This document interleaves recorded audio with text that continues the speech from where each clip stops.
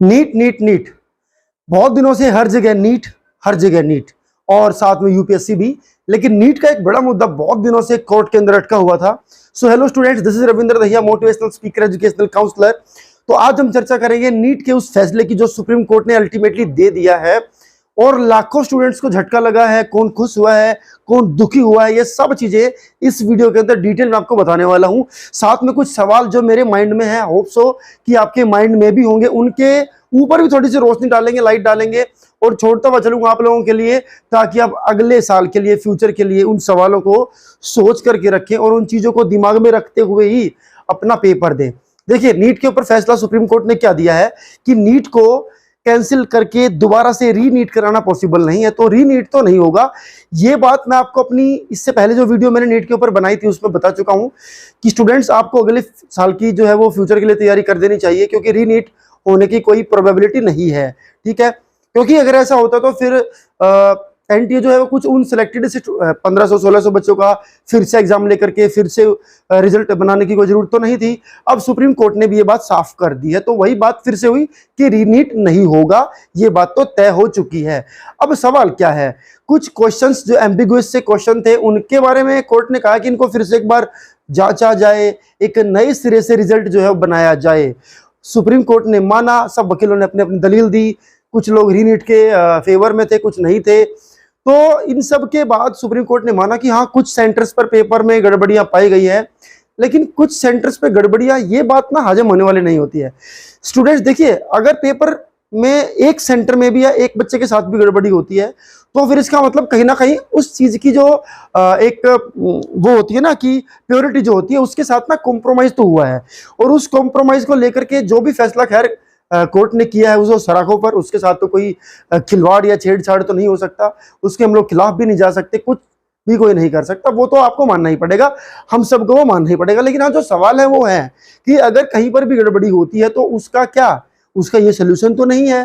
ठीक है, जो लोग वेट कर रहे थे कि पेपर में गड़बड़ियां हुई हैं, और चलिए पेपर में गड़बड़ियां सेंटर पे हुई है, क्या एनटीए ने जिन सेंटर्स के ऊपर गड़बड़ी हुई है उनकी पहले कोई जांच की थी कि यहाँ पर हम क्या इंफ्रास्ट्रक्चर है, क्या माहौल है जहाँ पेपर करा रहे हैं?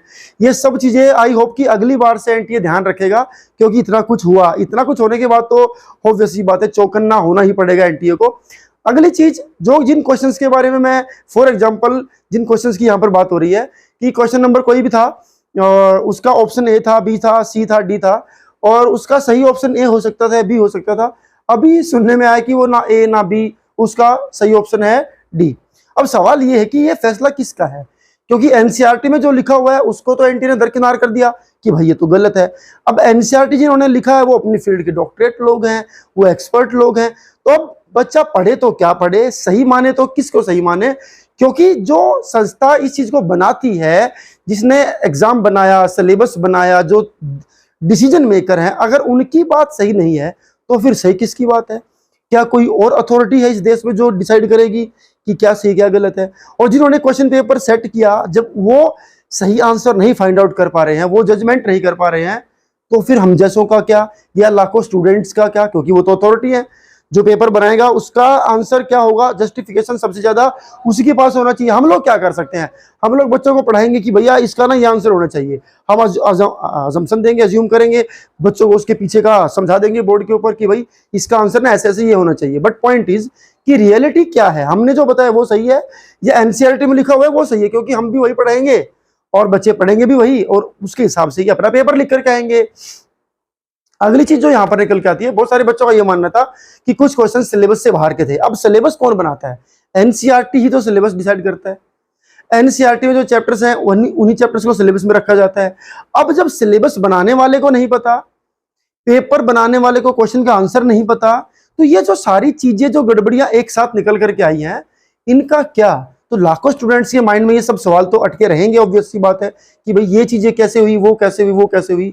सबके अपने अपने देखिए विचार थे कि ये फैसला आएगा, वो फैसला आएगा। हम आपको पहले ही आगाह कर चुका था मैं कि बच्चों की रीनीट नहीं होने वाला, आपको तैयारी कर देनी चाहिए, अगले साल के लिए आपको कोशिश शुरू कर देनी चाहिए। तो दिस वाज द पॉइंट। लेकिन ये सब सवाल है कि जब सेंटर डिसाइड होते हैं तो फिर कैसे होने चाहिए, उसके बीच में क्या पारदर्शिता होनी चाहिए, क्या ट्रांसपेरेंसी होनी चाहिए, सब चीजें हैं एनटीए को शायद अगले साल से ध्यान रखनी चाहिए कि सिलेबस क्या होना चाहिए, पेपर में क्या आना चाहिए, उसका आंसर डिसाइड कौन करेगा, डिसीजन मेकर कौन होगा, सही गलत का फैसला कौन करेगा, ये तमाम चीजें गाइज अगले साल से आई होप कि देखने को ना मिले और इतना रायता जो फैला है वो रायता ना फैले। अब जो हुआ सो हुआ, अब तो कुछ नहीं किया जा सकता, लेकिन बच्चों आई होप कि आप अगले साल के लिए खुद को मेंटली प्रिपेयर करें, अच्छी तैयारी करें और आई होप कि सब अच्छा ही होगा। वीडियो पसंद आई हो तो इसको शेयर जरूर करें, लाइक कर सकते हैं। हमारे चैनल का कंटेंट अगर अच्छा लगता है, तमाम वीडियोज अगर आपको अच्छी लगती हैं और ये सब अपडेट्स आपको पसंद आती है तो हमारे चैनल को आप सब्सक्राइब भी कर सकते हैं। Thank you.